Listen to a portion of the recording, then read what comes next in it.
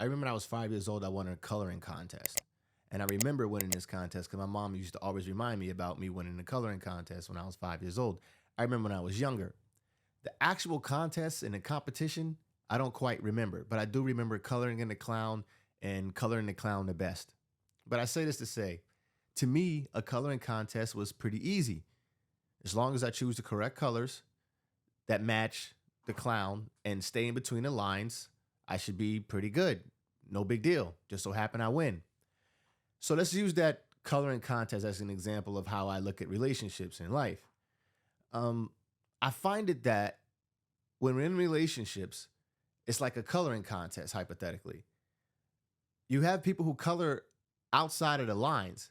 Now, objectively, we both can look at this piece of art and say, you colored outside the lines here.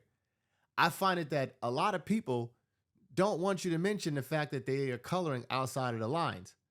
And my problem is maybe I'm always the type to say, hey, look, you coloring outside the lines here. That's a little error. Because in a coloring contest, I know I'm not saying life is a coloring contest, but in a coloring contest, I'm using this context because I find that I'm having issues when it comes to me communicating with people as far as workers as the things that I need to get done. And I ask myself, what is it about the most important things that we ask people to do? This minor details, which is important to the owner, to the people that want things done, the minor details. Why is it that when people execute based on what we need done, when they start the execution, they miss out on the small details? The small details. I don't get. They say it's a lack of attention, assumptions, communication skills, cognitive overload, different priorities. I mean, these are 5 different reasons why that could happen. But the reasons why I think it happened is just straight. I asked you to do something. I asked you to perform a task. And I say, hey, look, I want this right here like this. When I get back and it's not done, that's coloring outside the lines. Why are we both not acting like I asked you to do that? That's what I'm not understanding in life. Like, what is that called? I think people are doing it on purpose. It's like a battle of what they want to do versus what you need done. I don't get that. And when I want to say sometimes there's a reason why I'm in this position and you're not necessarily in the position you're in, but you work for me because I have a vision that I want done and I need you to help me execute on my vision, not your vision, my vision. Just having a real difficult time with that. And people, the moment, what happens is this: the moment I say anything or mention something about the discrepancy that we both can see, now people want to ghost, they want to leave, they don't want to communicate anymore. Why is it? Why is it? Now I can say maybe I let it build up for a while. I can say I let a lot of things build up so I don't say things right away, probably when I should. But what I'm what and to my let me see, to my excuse for that is I want to make sure I'm correct. I don't know that I'm correct all the time. Sometimes what you're doing I might not like, and I got to find out why I don't like it. This could be some emotion I don't know. I have to discover that emotion. Sometimes that could take days, weeks, months to figure out. So it's like I'm giving a long leash. But then you find out that, man, some people's leash don't even need to be that long. Some people's leash don't even need to be that long. They don't deserve to be that long. They're coloring outside of the lines, basically. And the reason why I use that as an example is because that's objective, meaning there is no opinion about that.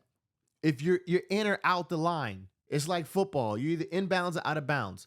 You're coloring out of bounds. That's objective. We both can see that. Why is it when I bring it to your attention, is an issue? Why? Why is that? That's trauma. That's old trauma people are used to. And it may be both on both sides. I'm used to holding things in and not saying anything, making sure I'm correct to maybe because I'm not confident enough to know that, okay, what you're doing is definitely wrong. But I have to wait a while. Sometimes I wait a while and I wait too long before I festers up into something that's worse. Like, oh man, please, man, I can't stand you. You're taking advantage of me. That's what it turns into for me when I should have just nipped that in the bud right away. But my whole thinking is I'm so traumatized with people not being able to take the truth, not being able to understand that they have areas of opportunity. I'm so used to that. So I don't even want the conflict. It's like I avoid the conflict. I'm great with the conflict, but I don't want the conflict. I just want to figure out if we both can see that you're coloring outside the lines, why can't I bring it to your attention?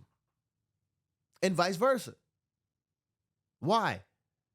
And as I'm transitioning into a different type of life, being an entrepreneur, I'm noticing I'm thinking totally different. And I have these situations more and more often. And it's like, okay, I want to find out, is there a breakdown in my communication when I'm communicating to the next person? Or is it this, I have to evaluate and assess and find better people? That's what I'm trying to figure out. It was really easy for me to win that coloring contest. I didn't even know I won the contest. Didn't care much about it because it didn't take much skill to me. I just knew that when you color something, you're not supposed to color outside the lines. And then maybe if you think about it, right? So just take anything right now, take a picture, get a coloring book, and just color. Some people have it and some people don't.